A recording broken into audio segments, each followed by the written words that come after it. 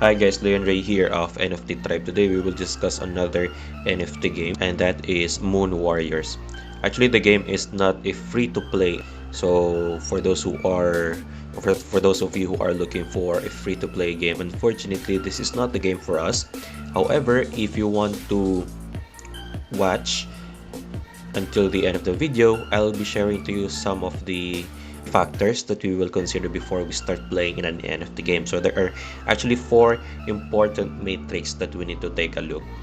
Also, at the end of this video, I will share to you my risk scale, so you would have an idea as to the level of the risk if ever you would want to invest in this NFT game. So let's dive in.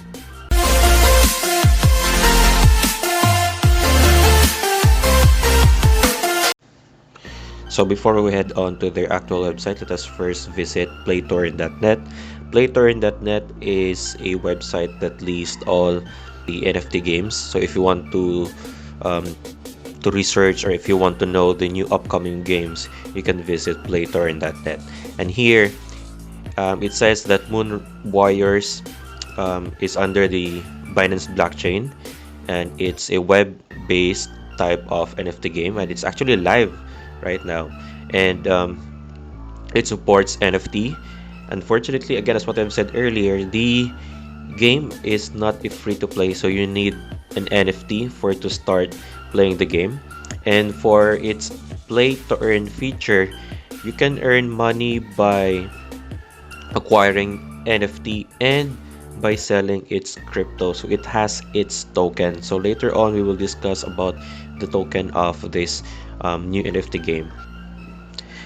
And for its social score, unfortunately it's a -1. So for the last 24 hours it has a decrease of -41%. But if you're going to look at the entire 7-day scale or score of the game, it has actually increased for the past 7 days. Okay, so the first metric that we will have to discuss is the developers and partners of the game. Now, in other NFT games, if you're going to compare it in their website, you would be able to see right off the bat in their website the developers of the game and the companies that the game partnered with. Unfortunately, for this one, they didn't list the names of the developers and the name of their partners. So for this one, they have to really post the names of the Marios here. And the reason why we need to know the names of the developers of the game, that is for us to establish trust of the game. So you wouldn't be able to invest your money 100% confidently to a game that you do not have any idea of the names of the developers of the game, especially that this is a type of a play-to-earn game of which you need to invest money. And on top of that, you need also to know the partners, the companies that partner the game. And for this one, they didn't list it here. I tried checking their socials, their Twitter account. They didn't have they didn't post it here. So the reason why, again, is for us to establish trust. So if there are good companies out there who are able to partner the game, definitely they have the trust of the game. And for now, for the developers and for the partners of the game, it's a red mark for them. Alright, so for the second metric that we will talk is about the game mechanics. So this NFT game is just a typical NFT game that we usually see or search in social platforms. It's a click to play sort of game, so there's no it is not a role-playing game, so there's no animation or that fighting scene. And you can see here the different NFTs of Paladin, Archer, Assassin, Mage. Yes, these are the NFTs that you can use in the game. and the graphics is quite good. In fact, if you're going to check their YouTube channel, and you'll be able to know how they created this awesome NFTs. So why do we really need to know the game mechanics? There are two reasons for this.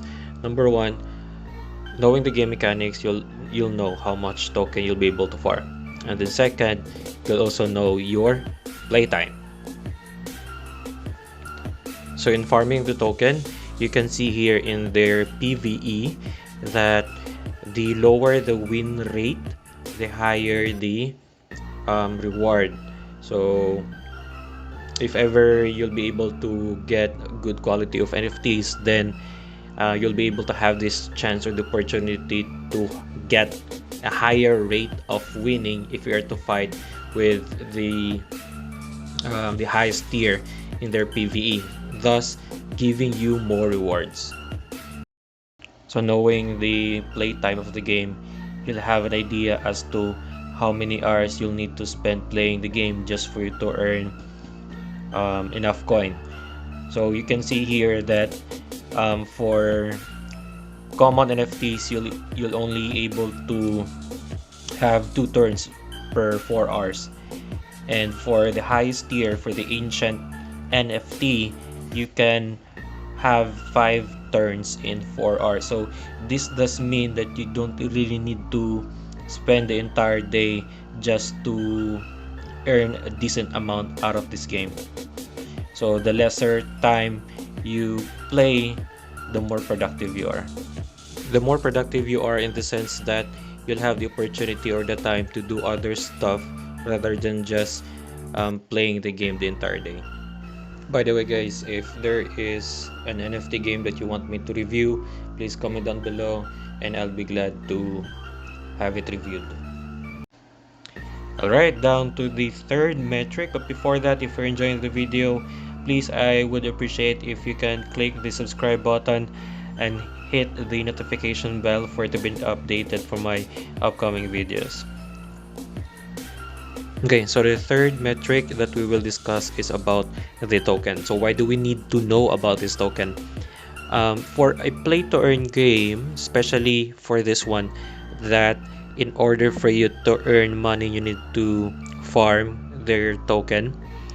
You need to know that your earnings depend on the token's value. So if the token value depreciates, then you would expect that your earning, of course, would somehow go down. And as for this game, the liquidity pool is locked for 12 months. It means that for the period of 12 months, someone couldn't just easily swap large amount of token out of the liquidity pool that may result negatively to the value of the token. Just a quick note regarding their token. If you would like to buy MWAR, which their token, as of now it doesn't have any listing with Pancake. So if ever you saw MWAR token like in PooCoin, please be careful. That is not the real coin.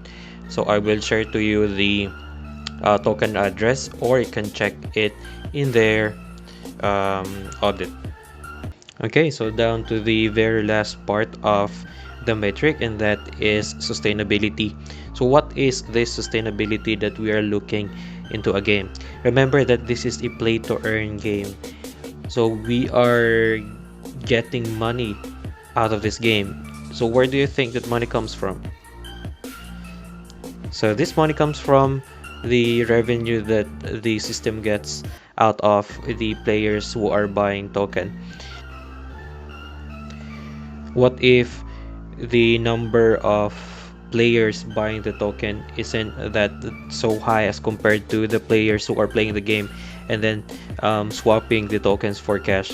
So eventually the rewards pool will be depleted, and that would definitely give a negative impact in the play to earn feature of the game. So how do we know if there's sustainability? We can check their white paper. You can check their GitHub. You can check their socials. If the game would somehow tells you that apart from the revenue that they get from the incoming players, they have another source of um, the rewards that will be given to the players. Then that would be a good shot.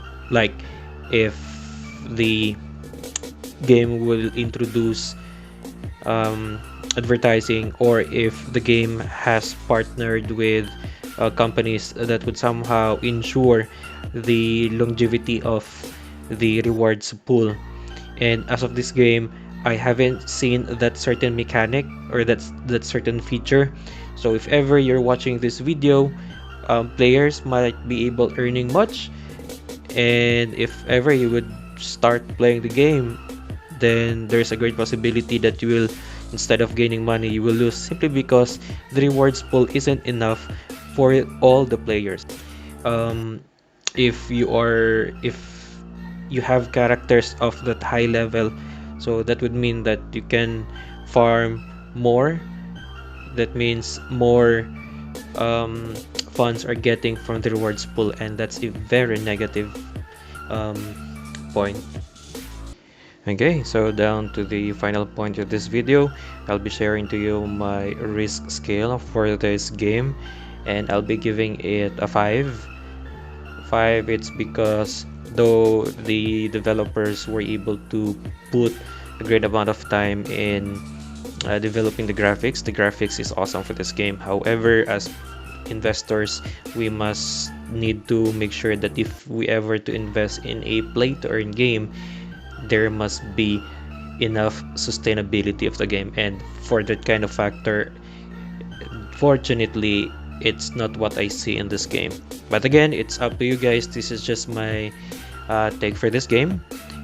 So by the way, just a disclaimer, this is not the financial advice. Please do your own research. Only spend, if ever you want to invest in this game, only invest the money that you can afford to lose. That's it for today, guys.